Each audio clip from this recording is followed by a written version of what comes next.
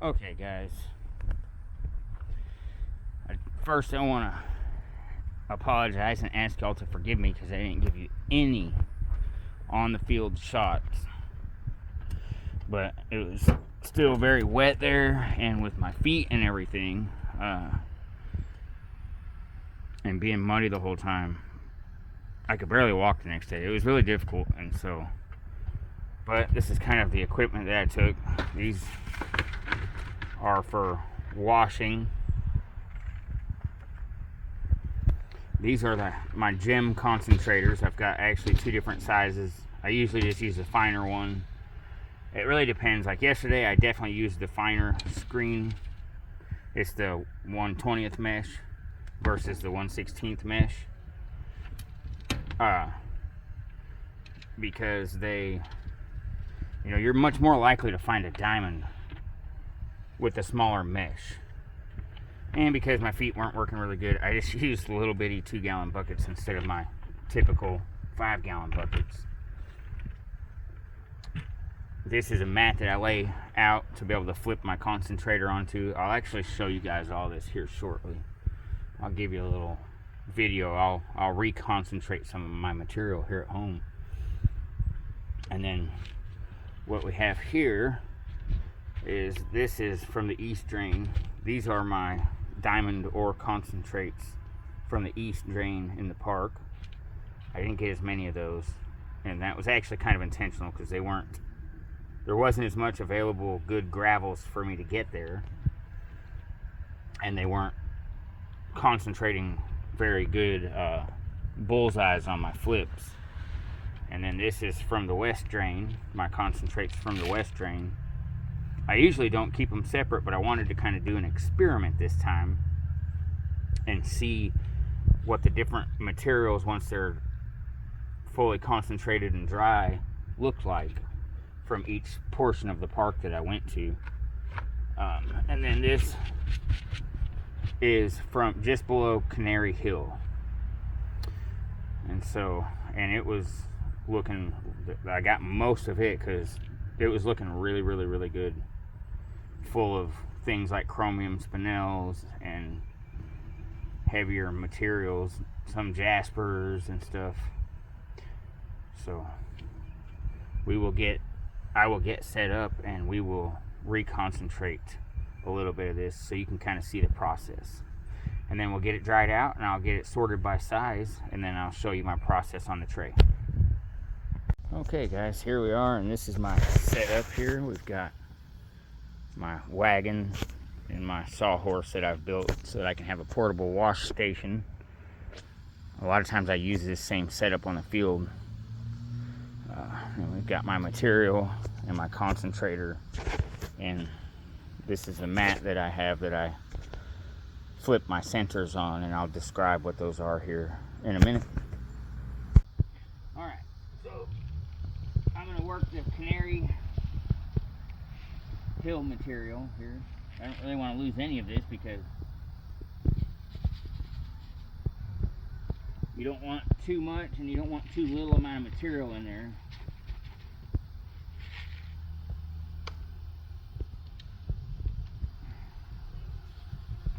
But that's probably about good, about a half a pan or so. So you just get your material in there. The side-to-side motion brings it all to the middle. The tapping motion and the spinning, tapping and spinning, flattens it all back out. And as you do this process, what happens is all the heavier materials begin to fall. When you do this, all the heavy materials, they go to the bottom and then they bunch up in the center. This flattens them back out a little bit, and as you repeat this process, all the heavy materials like diamonds and quartz and barytes, the calcites, all the crystals, the chromium spinels, the pyrope garnets, even little pieces of nail and iron and hematites and all the things that are out there that are heavier than the lamperites or the ores or the bedrock from there, they all begin to move to the middle and to the bottom. And that's what you want. This is how we're separating the good materials from the invaluable ones. So once you do that process a few times, you get it flattened back out. I let all the water drain out of it, because if it's really wet when I first take it off there, I've had it just, the whole screen just slide right off there, and you definitely don't want that happening. Especially these are already concentrates, and so I'm actually reconcentrating my concentrate. And then you bring it to the area where you're going to be flipping the material. And this is just one fluid motion. You just spin it on your fingertips and try to land the, let me get down here where I can, and try to land it upside down. It takes a little bit of practice to get this going. Hopefully I don't mess it up here. And what you're left with is what they describe as a bullseye. So you can see it's more of a greener outside here. In the middle you got more of a redder, and this is more of a jasper, hematite, heavier material base here than what this is, which is just the lamperites and the bedrocks and the, you can see though some of the crystals and different things do kind of, because they are heavier. They're just, what we're looking at now is the bottom. This was what was all on the bottom now. You can see there's nails in here. And if there's any diamonds, they're going to most likely be right here in this area.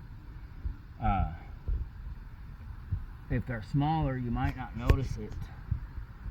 I've never found a diamond on the flip before. I'm on my third diamond now, but I've found them all on my tray. And that's what we're going to do today, is I'm going to get this dried out. So I'll collect all this red, from basically all the red stuff. Well, here I can show you.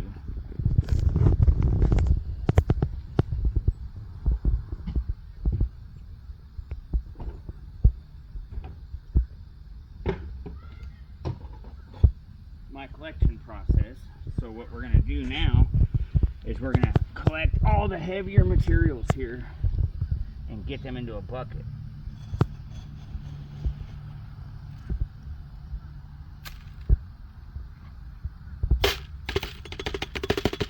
And you don't want to lose any of it, because there could be a tiny diamond in there. You don't want it to stick to your shovel or stick to your hand and then be gone. That would not be very fun. And because these are double concentrates, I'm going to take a lot more of the material than I originally would on just my first concentrating at the park.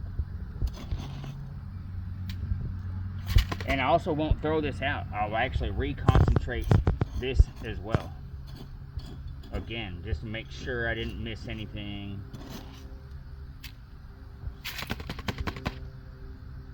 And then when I get done, what I'll actually do is I will take this double concentrated material here and I will put it back in the screen, and I'll lean the screen up on something like this and allow it to air dry. The screen allows air to pass through, and it actually helps. You don't want to lean it too much though, because then as it dries, your material collapses and then it'll be all over the floor. So I'll get like a good angle, something like that. That way, it can get the air passing through it and dry out properly.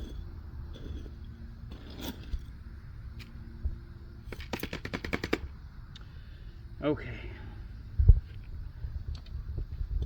I'll probably only double concentrate this stuff from Canary Hill, just because there's so much of it that it'll take so much longer to go through this material. Maybe I can get it in 3 cans. Nope, that's a very small amount. Maybe I can get it in 2 cans.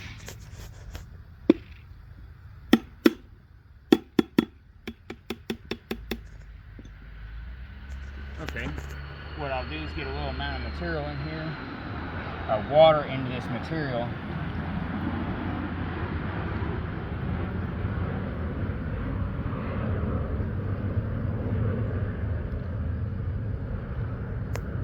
Because as we talk, diamonds are heavy.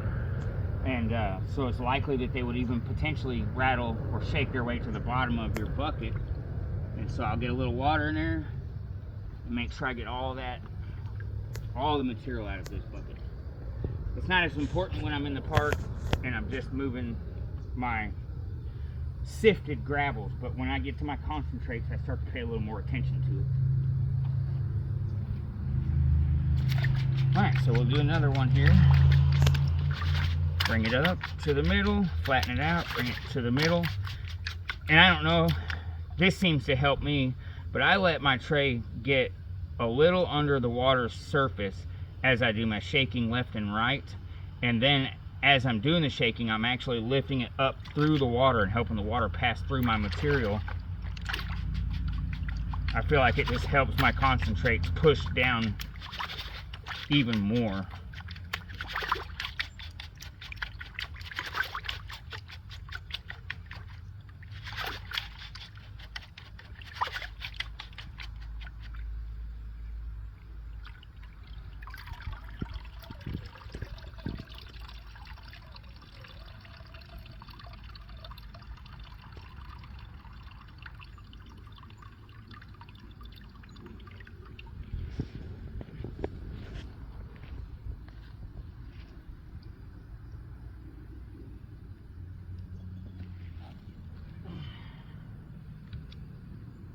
Okay.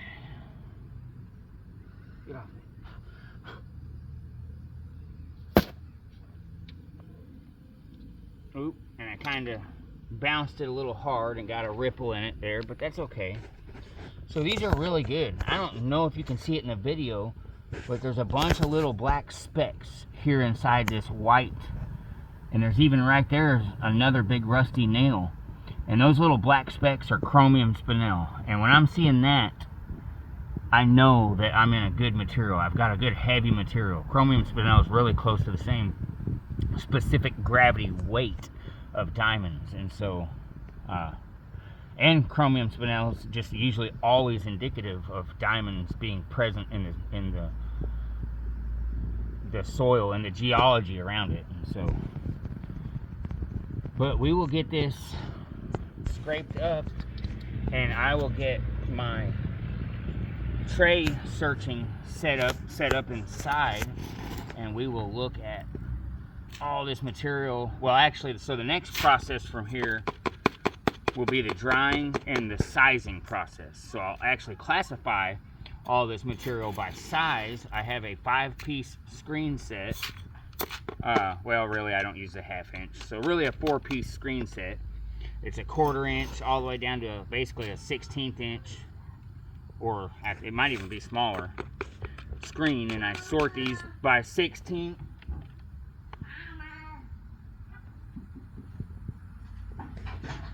By 16 inch and an 1/8 inch and 3/16 inch and 1/4 inch material, which just makes it easier when you're searching on the tray to make sure that you're you know, to make sure if you got a big 1/4 inch piece of material and you're just sorting through it like that, there might be a diamond hiding behind that material, or it might make it easier. But if everything you're looking at is a 1/16 of an inch, then it's just more plain and easier to notice it. Some people may not do it that way, but I just prefer to do it that way. And so we'll get this dried out. Maybe I'll get you a video of me classifying it, and then we'll sort through it and see what we find. Alright, so the next thing we're going to do is you just get you a bucket. These are the classifiers, 4 different sizes, from large all the way down to fine, and I'm just going to get them all in there.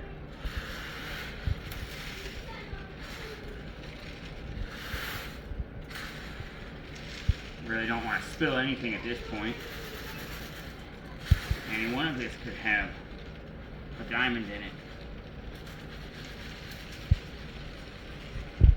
And hopefully does. And then I just give it a good shaking process.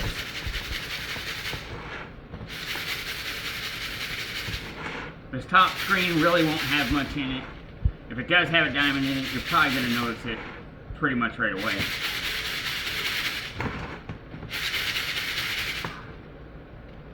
Got a nail. That's always a good sign. That means you're in heavy materials.